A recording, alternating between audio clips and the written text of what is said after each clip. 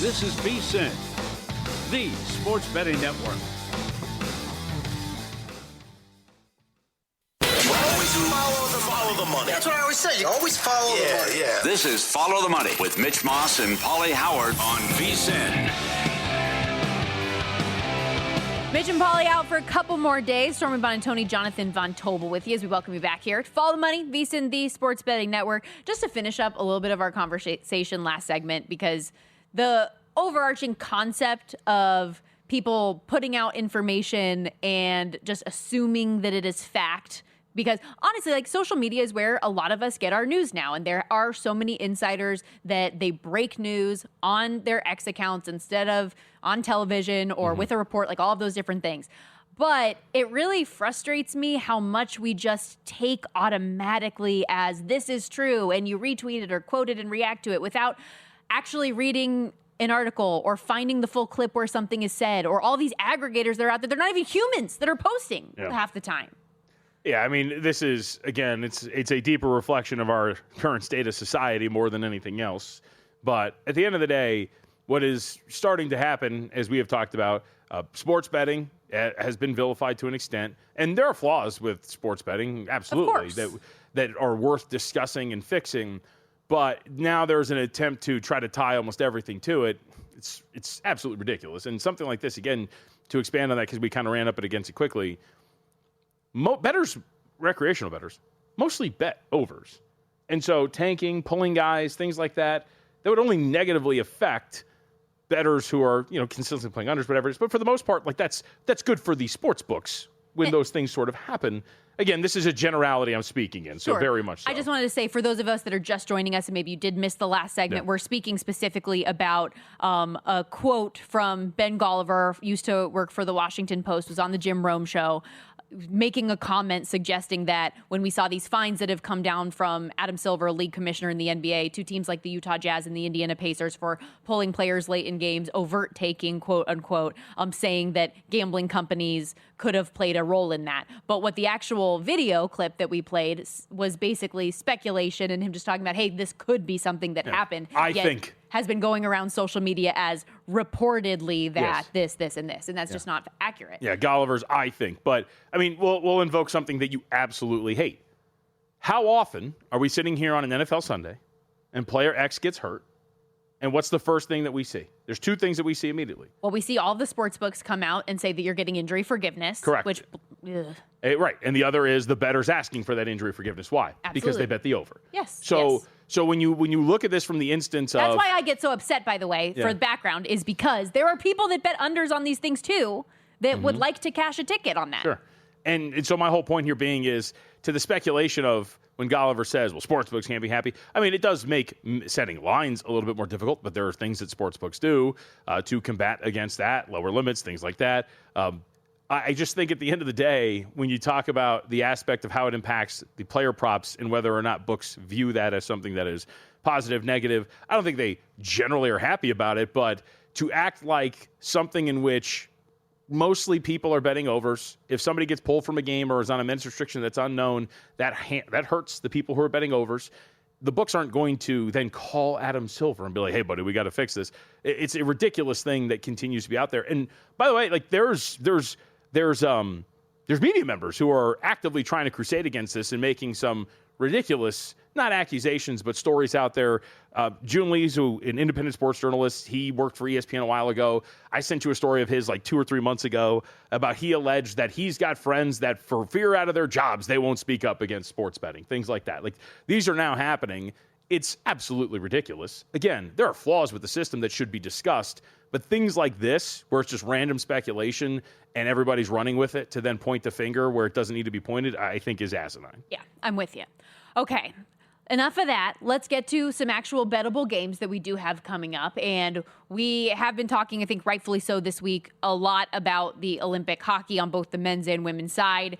We do know that the gold medal game is coming up Thursday morning for Team USA versus Team Canada. On the women's side of things, where Team USA, big favorite in this one, minus 425 on the money line. They're laying now 2 on that puck line up from the 1.5, which is, I think, worthwhile, especially at the prices that you can get now versus laying what I laid yesterday, minus 150 on the puck line, laying a goal and a half. You can get +2 at some places at even money or a little bit better if you want to play it that way.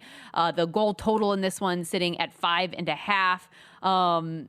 This U.S. women's hockey team, JVT, for me, and I've said this a couple of times now to you, is, I think, just operating at a different level than anyone else, including Team Canada. And that's with having their captain back and all of that stuff. It does not impact the way that I view Team USA, not only the way that they've performed in the Olympics, which is outscoring everyone to this point 31-1 and riding a 5-game shutout streak into the gold medal game, but against Canada specifically and what they've done in the regular season. So I think pretty much any which way that you want to bet Team USA in this, I would not fault you for. Sorry, America. You're going against it? I mean, the price is... That feels like a price play more than anything. We were talking about this in the studio before we left yesterday. Where this game was priced in the round robin before the injury to Team Canada and then subsequently after, I understand how Team USA is playing, but this feels like a really strong improvement from a power rating standpoint for... I totally get it. And when it comes to like the minus 425 to minus 475 is what we're seeing kind of across the board in this market right now. Like, no, I'm not going to play that. Right. But my stance on this team, even though the price is so out of whack the way that it is, has not changed from that first game. What were we talking about with Mike Palm? Yeah. That first game as well. Like, lay the alternate puck line, lay the 2.5. They end up winning 5-0 in that game. That's who they are. And so my stance on that hasn't changed just because the price and the math has changed. Yeah. So I think regardless, they're going to win at March. Something else has changed though, right? Isn't the Pauline, she's That's back? what I'm saying. Yeah. She's playing, yes. She was also playing in the other rivalry series games that they played this year where Team USA won by 3+ goals in all of them. Okay. So When did those take place? November and December. Okay. So they've been dominant. They're really, really good. I know Canada's good too when she's on the ice, but like that can't be that big of a difference to me. So would you expect a game like this? Because I'm trying to liken it to, again, because it's the only thing I know. Game 7s in the NBA. They slow down. They get really low scoring. They get really gritty. Like, would that be something that transpires in games like this? Is there tighter checking? Is this more physical? Yes. And it's the jitters of a gold medal game. Sure. Absolutely. Because my whole point here being is that, taking Team Canada, if I agree that the price is out of whack, then everything derived from that is also a little out of whack. Taking that +2.5, like you mentioned, like minus 130, minus 125. That would that's the price. I'm looking at DraftKings. Yeah, +2.5. I'm looking at DraftKings right now. They're hanging 2.5 as the puck line right now. Oh wow. Minus 135 in favor of the +2.5. Okay, I was like shop around because there's depending on which side you like. Obviously, you're going to get better prices. Like BetMGM is at a 1.5 right now. There are 2s that are available in the market too. So 2.5. Like if I can find 2.5 somewhere I can bet it at minus 130, I feel like that's a fair ask of the Canadian women.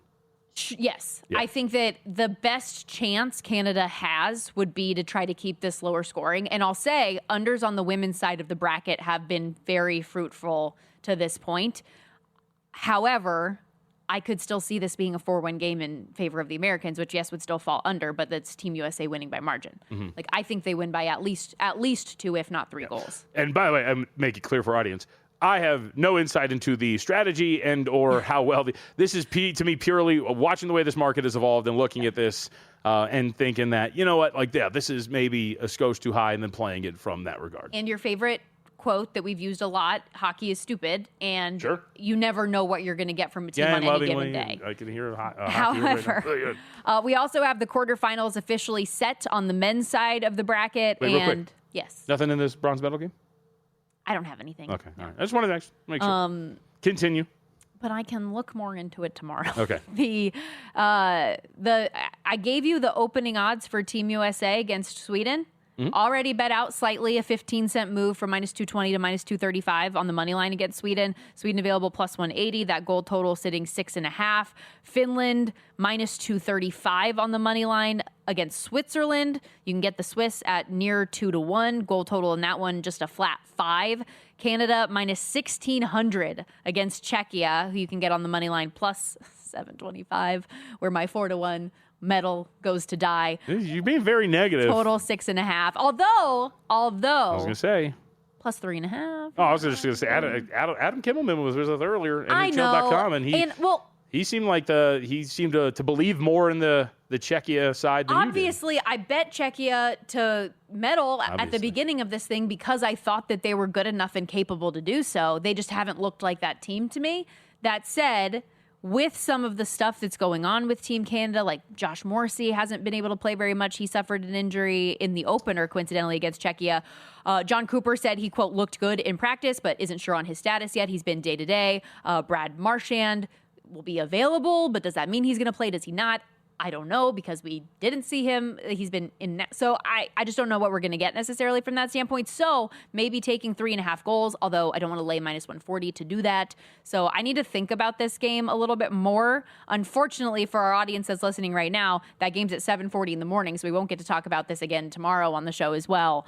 But I already bet Canada multiple times at multiple numbers to win gold. So I think I might just sit back and watch this one. You know, I'm really looking forward to the gold medal game. Absolutely fantastic. 5 o'clock in the morning. Really love it. Is that ridiculous? I think it's fine. They're playing in Italy. What? Aren't they playing in Milan? Yes, but it's just so bad for everyone in America that's trying to watch No, really. It's 8 o'clock on the East Coast. the game. That's still not, who wants to do that? A gold medal game that early in the morning, 5 o'clock Pacific for us? I think you hockey fans are being a little heliocentric here, man. It's a little bit more than you. I'm aware of that. Thank you very much. It just, can you not complain about something being inconvenient? No. Have you never done that before in Did I your use life? that term right? What? Egocentric? Yeah, heliocentric. I said heliocentric. Oh. What does that mean? It's like representing the sun as the center or as accept an astronomical model of the solar system. You think you're the center of the universe.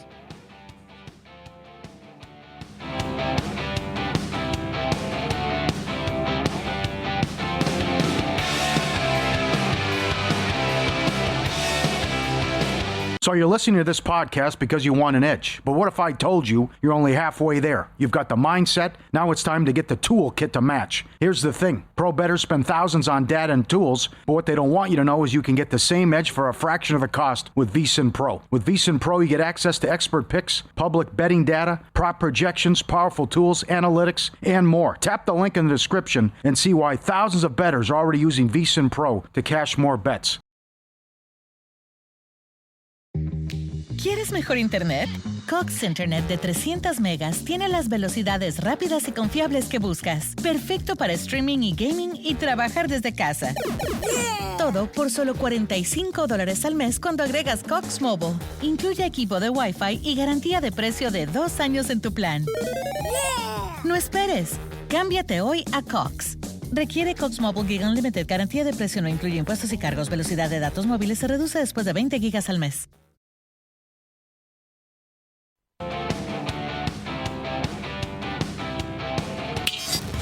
This is Follow the Money on VSiN.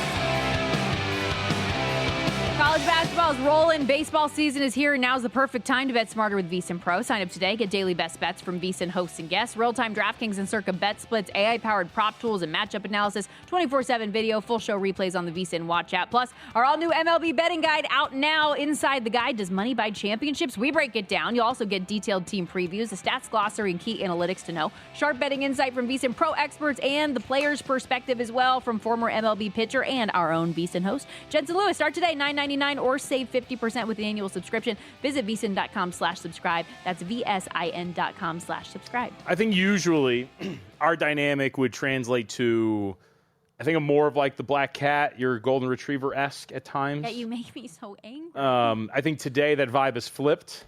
I've been kind of buzzing around you and poking fun at you. And, you know, you had a tough morning, so we don't have to get into the details of it. So I apologize. I tried to mess with you during the break about leaving the show early, and I couldn't even finish because the look on your face was just a pure, utter anger. But I wanted to lighten the mood a little bit here. Do you watch TV? Have you watched anything lately? I am rewatching Game of Thrones. Ooh, Does that count? stop. Pause. Okay. A Night of the Seven Kingdoms. Do it. Really? Absolutely fantastic. I started, so it's only going to be, I think, 6 episodes. It's a very short season, this first season.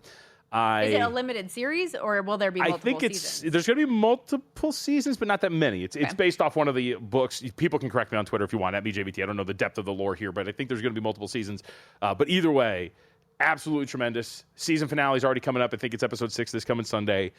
Tremendous. Episodes are relatively short. They're like 35 to 40 minutes, and you'll get through it like that. Absolutely I've been awesome. getting fed a lot of it on the algorithm. Oh, it's tremendous. Okay, I'll add it to the list then, but I'm only on the season 2 finale of my rewatch right now. So I've got a ways to go still before I'm starting anything new. No.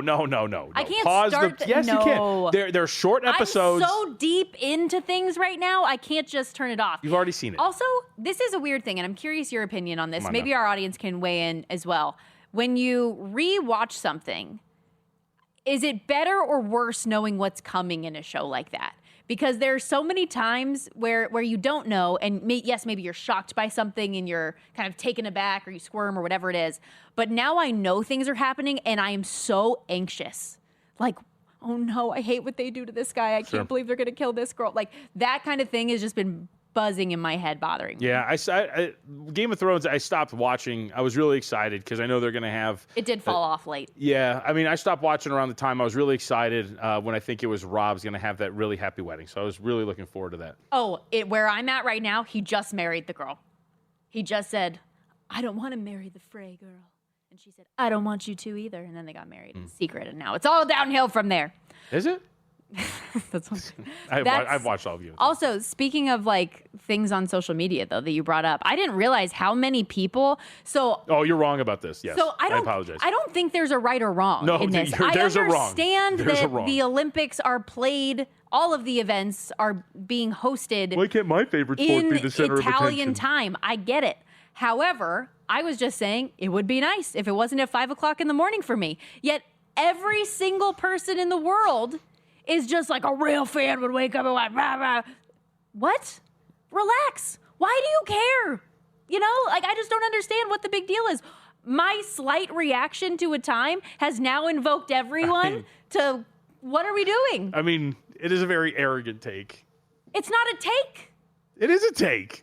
It's I am biased, obviously, in how much I love hockey. Hold on, real quickly. No, you hold hockey, on. with the NHL being back for the first time in 12 years, I think that the men's gold medal game is the crown jewel of what we're going to see. And I get that in Italian time, it's in, midday, perfect, so people can get out and get there. I understand that. I am aware. Can I not also just, the problem... wish it was something where our American and Canadian audiences could watch it at a more reasonable hour? Because those are the teams that are going to play in it. That's my only thought. First off, a third of the country will be able to watch it at a reasonable hour. It's 8 o'clock in the morning. Second, your problem is what you did. What you did was you retweeted Nick Alberga, whose tweet reads, I don't care which time zone the Olympics is being staged in. It's downright criminal to schedule the men's hockey gold medal final for Sunday at 8 a.m. Eastern, 5 a.m. Pacific time. It's the feature presentation of the entire 2 weeks, which you responded with this. Alberga's completely wrong. It is not the feature presentation of the 2 weeks. I would like to say, and maybe I should have verbalized where my opinion mostly lies in this. Correct. But is that I just wish that it wasn't at 5 o'clock in the morning. I think your wording would have been received better if you're just like, it stinks like that this is so early. But y'all are so... Dan chiming in, get a damn alarm clock, you cry babies. You never heard of that. Come on. Over under 65 and a half years old for Dan. I would go over, heavily juiced. Why do North Americans think everything revolves around them? What? Well, no, that's the thing is Alberga calling it the feature presentation of the entire 2 weeks. Those of you tweeting at me, though, it's the perfect time to watch. Shut your hole. I think it's a great time. It is not the perfect time to watch. It's a great time to watch it, I think. I like the late night, early morning. I mean, we've gotten into this conversation about the Open Championship, about how that's one of my favorite majors in golf because I do like the weird times and waking up early or staying up late and doing those sort of things. And I remember our conversation that day well. Wake up. I shan't be waking up for this, and that's fine. By the way, Nick's follow-up tweet is absolutely ludicrous. I didn't know he had a follow-up tweet. Which is, might as well put the Super Bowl on a Wednesday morning at 9. Just stop.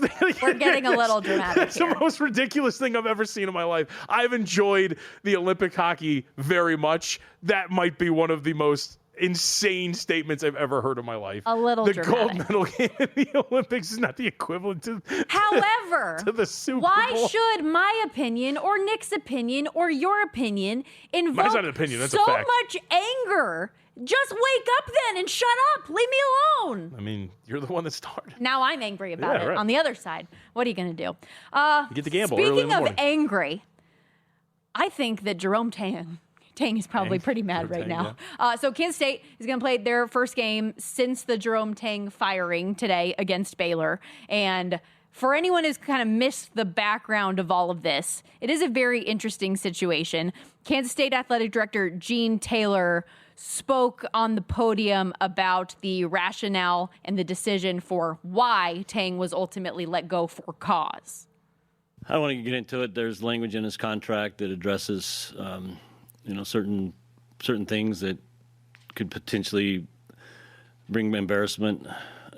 Basically his comments about the student athletes and the negative reaction to those comments from a lot of sources, both nationally and locally, is where I thought we needed to make the decision. Those comments that he is mentioning, though, we do have the clip of those as well. Here is a snippet of Jerome Tang following what was a blowout home loss to Cincinnati last week that ultimately led to these comments from Gene Taylor. This was embarrassing.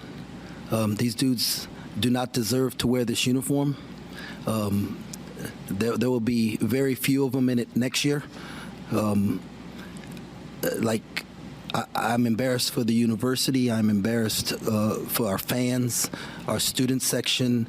It is just ridiculous. We got practice at 6 a.m. tomorrow morning, and we will get this thing right. I have no answer and no words. So y'all got two questions. So whoever want to ask two questions, I'll answer them to the best of my ability right now. But right now, I'm pissed. And listen, it has been ugly on the court for Kansas State. They're 1-11 since the start of the new year, 4-8 ATS for a team that went to the Elite Eight in his first year, that earned him an extension on that contract. You understand the frustration if you're Gene Taylor and the athletic director in this position. Yet, I don't know. I feel like I've heard worse things from coaches in the last 2 weeks than just that. So, for cause, those comments? Yeah. And he's fighting this, by the way. Oh, yeah, of course. Yeah, he just hired lawyers, everything like that. He's digging in. So we will see how this ends. But, yeah, man, this is ridiculous. I thought Seth Greenberg on ESPN's halftime show yesterday of the Houston-Iowa State game brought up a good point, which is, look, man, these guys are now essentially paid employees. Sure. I mean, and it's not in terms of treatment, whatever, but you can talk like that to them if they're not performing up to expectations.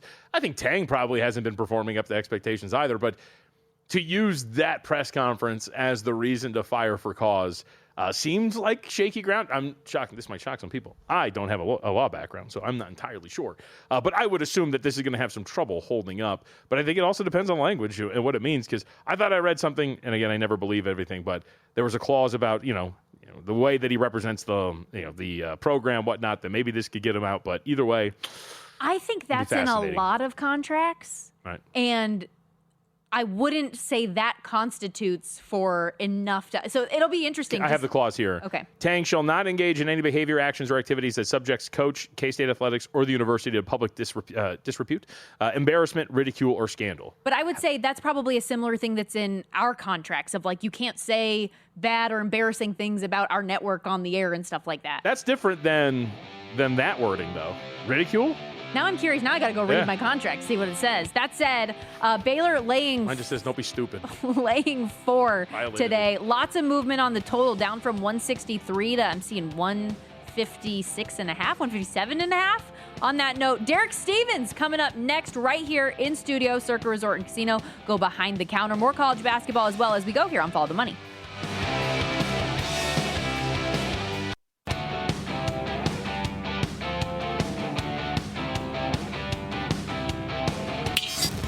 This is Follow the Money on VSiN.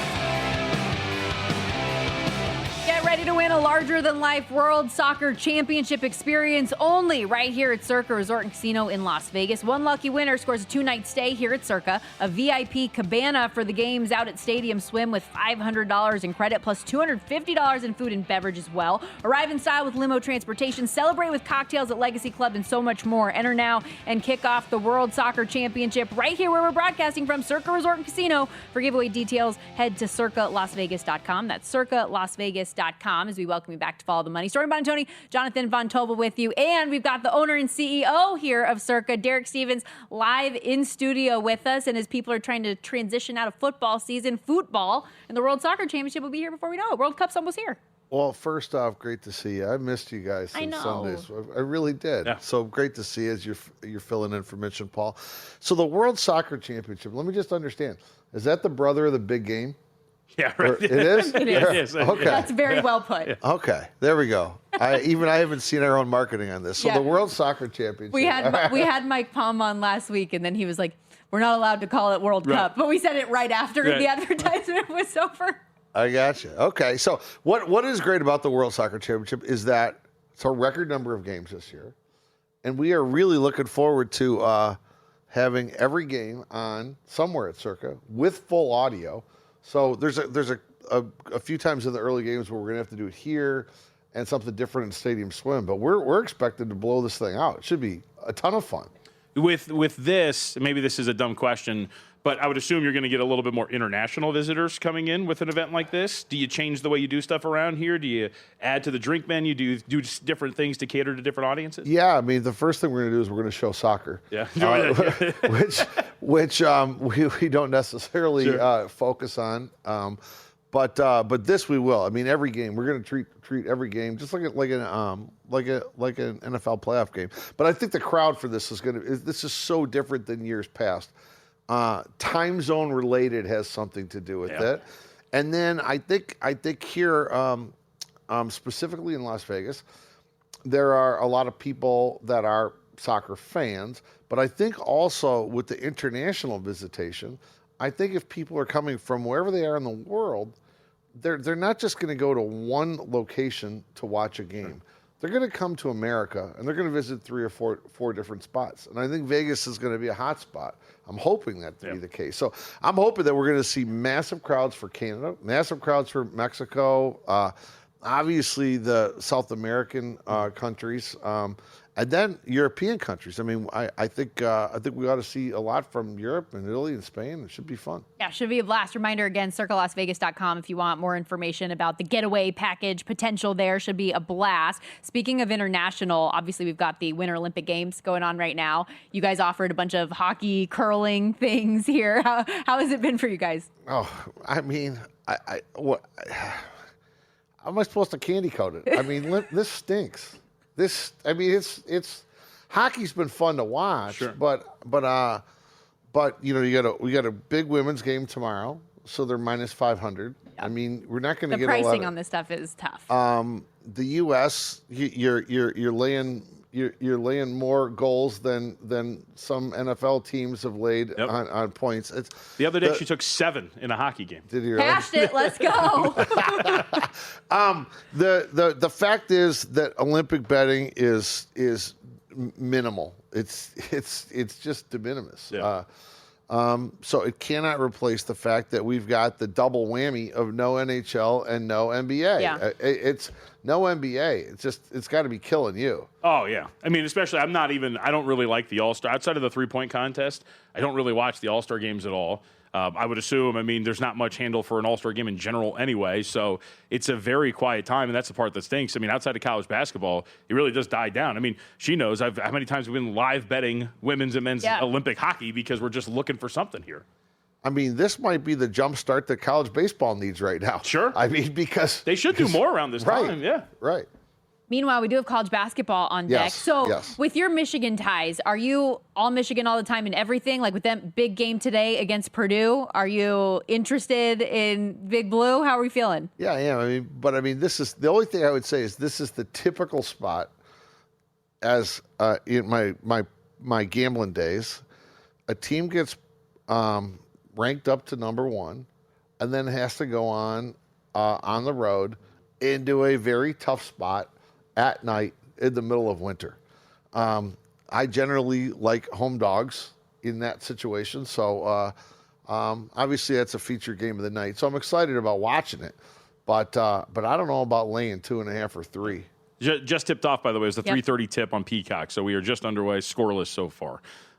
So you're good start. Good start from Michigan. Haven't given up a Are point you going yet at this point. you're going to in-game bet this, right? Oh, yeah. I mean, it's a ton of – this is kind of this is the prime time, too, to sit back, watch some of these games, see how they get started, especially when you talk about a game like this where the total got bet up, right? Yep. And it's such a tight spread at 2.5. The volatility, you would assume you're going to be able to find some sort of in-game angle as the game goes along. What have you guys been talking about the Boston College game? So I was actually it's funny you bring that up. Femi Abebefe, who was on earlier, he's filling in on this to follow the money. Under was the play that he had and that a lot of people had. Right now you got 54 points with 5 minutes left to go in the first. But that seemed to be a trend that I had read throughout, was that BC and the under was the way to go here. BC's pretty dominating first half here. Yes, they're up 14 for a team that is not off to a great start, obviously, through 12 games in conference play. They have been awful, but, yeah, it seems like it. ACC today is actually really good because we get North Carolina later today against NC State. That's coming up as well. Oval SMU. Yep. Big picture, as we kind of get closer, Derek, we're less than a month away from Selection Sunday. By the way, fond memories of Selection Sunday back in the early days of VSiN with you. When you would come into the studio and bet all the games in the first round. So how much does college basketball handle pick up here? And not even just with the vacuum of power with the NBA and NHL out, but now that we're getting closer to the tournament. Oh, I mean, obviously it's still the biggest week of the year in Las Vegas. I just got out of a hotel meeting. We're kind of looking at arrival patterns. And one thing that I continue to see that's very interesting to me is the arrival patterns continue to get earlier and earlier and earlier. It was really only, I would say, maybe 10 years ago when Wednesday kind of became equal to Thursday for arrival pattern. Now Wednesday blows away Thursday. Mm-hmm. And Tuesday is now an arrival day. And now I think some of that has to do with playing games. Yep, the first four. But it's also due to the fact that I think Thursday morning, 9 a.m. Pacific time, is a time that people just don't want to miss. And it's just moved earlier. So I think what you're going to see on the Wednesday night in here, it's going to look like New Year's Eve. Yeah. You know? So obviously that start of the tournament is huge, but I know something we talk about as locals all the time is how much fun it is to be here for conference tournament weekend and all the games that are hosted here during that week. What's the flood of people like that time? That's going to be terrific. I mean, that goes all the way from about March 5th up through what about the 14th or something like that. That in many ways for college basketball fans, that is a great week to be. You could argue it might be better. Yeah, you can. Yeah. You can. And now we're seeing sports tourism for conference tournament week. It's significant. By the way, I do have to do something after the show up here on the property.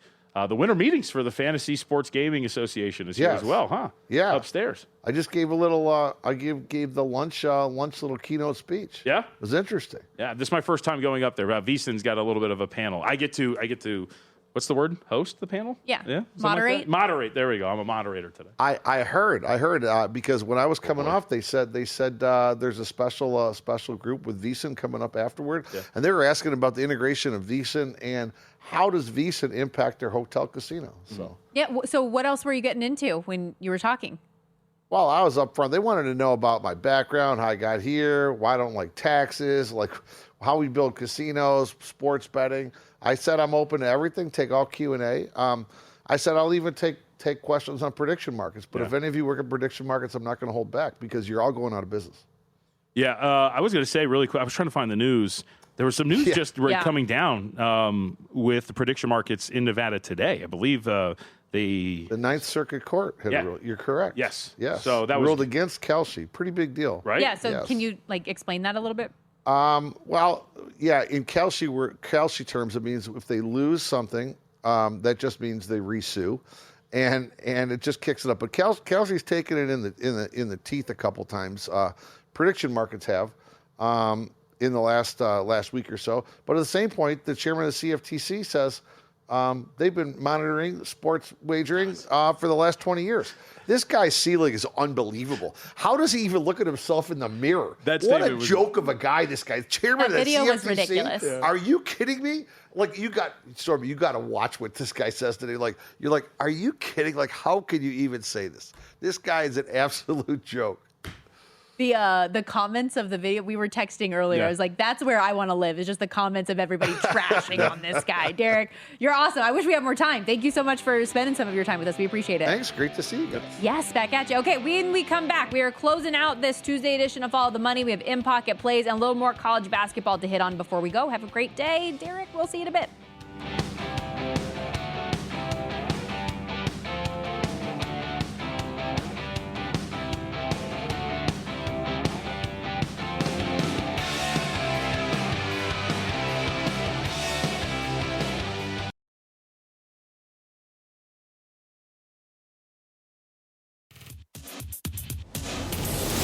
The guy has an algorithm to determine the winner of any given college basketball game. Someone gives you 10,000 to 1 on anything. You take it. Take it. Take it. I bet you $20 I can get you gambling before the end of the day.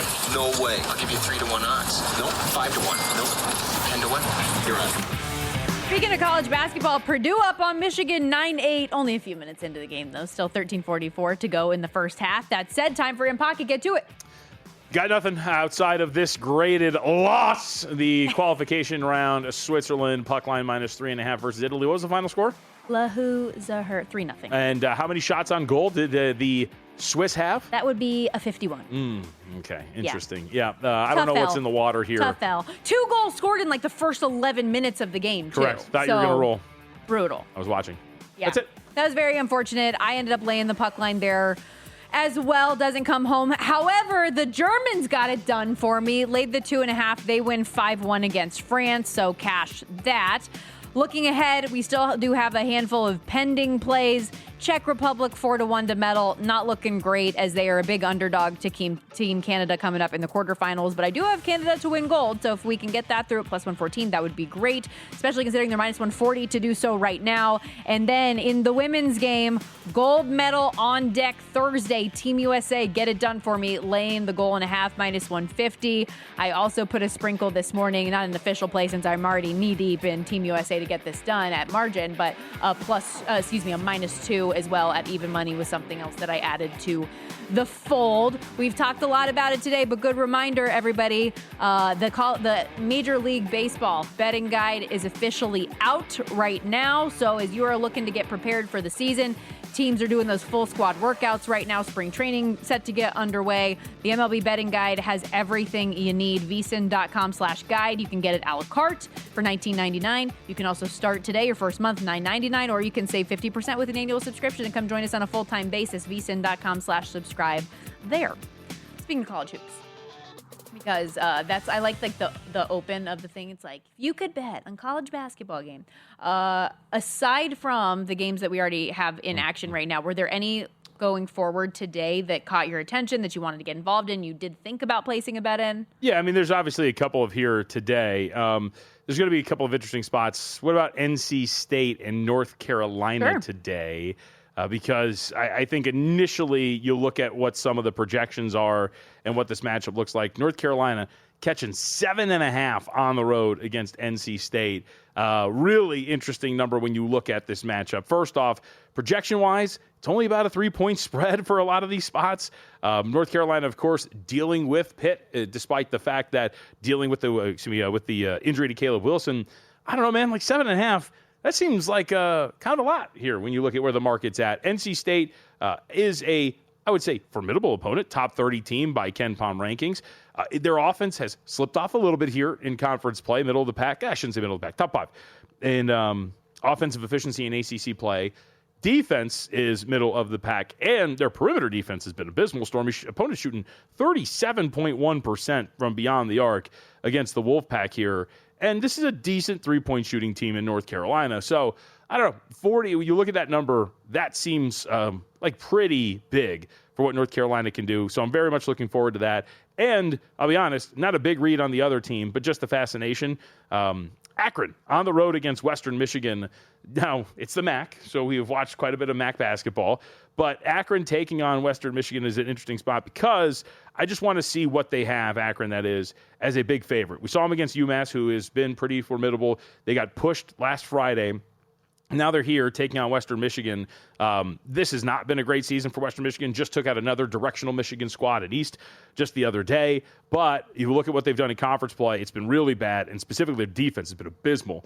Defensive rating of 120.4. One would assume that the Zips can name their number, being the second best offense in MAC play, and yet markets moved against them a little bit here. Saw this open 15.5 down to 14.5. Maybe it's just the road spot here and taking a big number with the home dog, but Akron and Western Michigan was also on the radar for me today, among some others. You brought up Akron. I thought you were going to go Miami of Ohio when you went that direction. Lane 3.5 at UMass today. Total 163.5. That game actually set to tip off in the next 20 minutes or so. Yeah, so if you remember, the Minutemen went out there and played Miami, Ohio. They were catching 9.5. They ended up covering the number. There are some that are making that game seem to be a little bit closer than what it really was. I don't think they almost won it, the Minutemen, but they were very competitive, and I thought they were almost going to let go of the rope, but they ultimately did it. Now you're back at home, but you're only catching 3.5. I think UMass is a really solid team in its context, we will say. Coming off of, as we just mentioned, that loss. They've lost 2 straight. Conference play has been fine, okay. Their offense has been okay. Top 5 team. They're actually 5th in MAC play and offensive efficiency. Good 3-point shooting team. But defensively, leave a lot to be desired, specifically along the perimeter, and really just overall, they've been very poor. Also, a very bad fouling team. Last in MAC play in terms of defensive free throw rate, so they're giving up a ton of trips to the line. I would want more. You know, I felt like there were some projections that had this in the range of like 5.5. I felt like I would want more than 3, and it seems like the market's kind of shorting this because of the spot. I just feel like I need a bigger number for UMass. But fair. I shouldn't say I hope, but, you know, Miami, Ohio has been a fascinating story, so we'll just see what they have tonight. Absolutely has been. Last couple minutes, let's go back to the Olympic hockey because all 4 of these quarterfinal games be... Before you go to the Olympic hockey, your boys, your Aztecs, I got a big one today, Grand Canyon. After what happened the first time around, so what's the number at right now? 8.5 or 8, depending on where you look. Total 141 or 140 and a half. You can't lay that. Big revenge spot for San Diego State. And I will say... Losing in heartbreak on a foul call. Well, that's okay. So that's what I was going to bring up. Also, I'm trying to stave off Olympic hockey talk for as much as possible. We have 4 minutes left of the show. I think you could handle it. I've had my fill. Grand Canyon... I'm really interested here. I actually kind of think your team is the side. First off, there's the revenge of the ridiculous loss on the road, as you mentioned. Grand Canyon has faltered a bit lately. Oh, yeah. I mean, you talk about some of these games that they have played here. Congrats on beating the crap out of Air Force and San Jose State, but losing at UNLV, losing to New Mexico the way they did. And that final score is not indicative. That final score for Grand Canyon against New Mexico, it was 70-64. They were getting their rear ends kicked up and down the court. They made a little bit of a fake comeback. They have not shot the ball well in conference play. Don't think they're going to do that here against San Diego State. And your Aztecs, man, I mean, the only slip-ups have been that ridiculous loss to Grand Canyon, which they should have held on to, and then getting beat by Utah State on the road. Yeah. I think that this is a prime, oh my gosh, we're going to come out and kick your butt because you're nowhere near better than me. Non-data point here, obviously. And feel like it's a good spot here. So for San I Diego think State. That's fair depending on how you view Grand Canyon big picture. Because what I'll say about San Diego State, and I feel like they've been this way for a long time, is that they have no problem and can crush teams that they are significantly better than and will win by margin. Yeah. I do not trust them laying a number against a team that you think is good. And so that's my challenge here in my mind is like, what is the true view of Grand Canyon right now? Are they a good team or are they not? That was going to be my follow-up question is Grand Canyon a good team? I think we've kind of learned that maybe they have not been. The win against San Jose State snapped an 0-3 ATS stretch that they were on. They were 1-4 ATS in the previous 5. I think they've proven to be an adequate Mountain West team, but I don't, as somebody who would bet them to win the conference regular season title before, obviously I was wrong. They're a team that is much more flawed. And again, the shooting has been absolutely abysmal. So you go out there, you get cold from beyond the arc, and all of a sudden you can't get anything done in the middle against the San Diego State defense. I think you're in trouble here. So I would answer your question as to I don't think Grand Canyon is a good team. Total 138, again, 8.5 the spread in favor of the Aztecs out there at Viejas Arena. 4 games, so all the quarterfinal games, like I said. No, don't you dare. All the quarterfinal games are going to be played before we're on the air. We will be able to sweat out that USA-Sweden game, which is kind of fun. That's going to start at around noon Pacific time for us here. So we'll be probably into the second period when we get going here. But Germany laying -125 on the money line against Slovakia. Slovakia, I think this can be a close game. +105 on the money line chance with them, I think, is entirely possible. They are very live, I think, as a potential medal candidate as well. Czech Republic and Canada. Canada laying nearly 1,000 on the money line, -3.5 on the puck line, +120. The puck line is where I would say is maybe a little too rich on the Canadians. I could see Czechia keeping this one close. It is -142 to take the 3.5 goals. Goal total 6.5, but at least the lean there is with the Czech Republic on the puck line. Switzerland and Finland. I think a lot of these dogs, I don't know, like I'm interested in the dogs. I think they could be plucky here against Finland as well. 2-1 underdog, goal total 5.5, -135 for them to get the goal and a half. But Finland obviously has been very good, but I think Switzerland is better than they obviously showed today and should be able. It's just the goal scoring question of whether or not they'll be able to do that. And then with Sweden and USA, the Americans laying -230 on the money line against Sweden. +190 for the Swedes. Goal total there, 6.5. I am very curious to see how this plays out for the Americans because I think Sweden has figured things out these last two games after the slow start for them. Getting the goal and a half with the Swedes, -120, but +190. Could they upset the apple cart before we even get to the gold medal game? I do not know. I'm upset with you. I'm not coming to work tomorrow. You're not. We're going to get Dustin Swedelson in the final day for Follow the Money. JVT just doesn't show to work. It's pretty rude and disrespectful to the craft. Have a great day, everybody.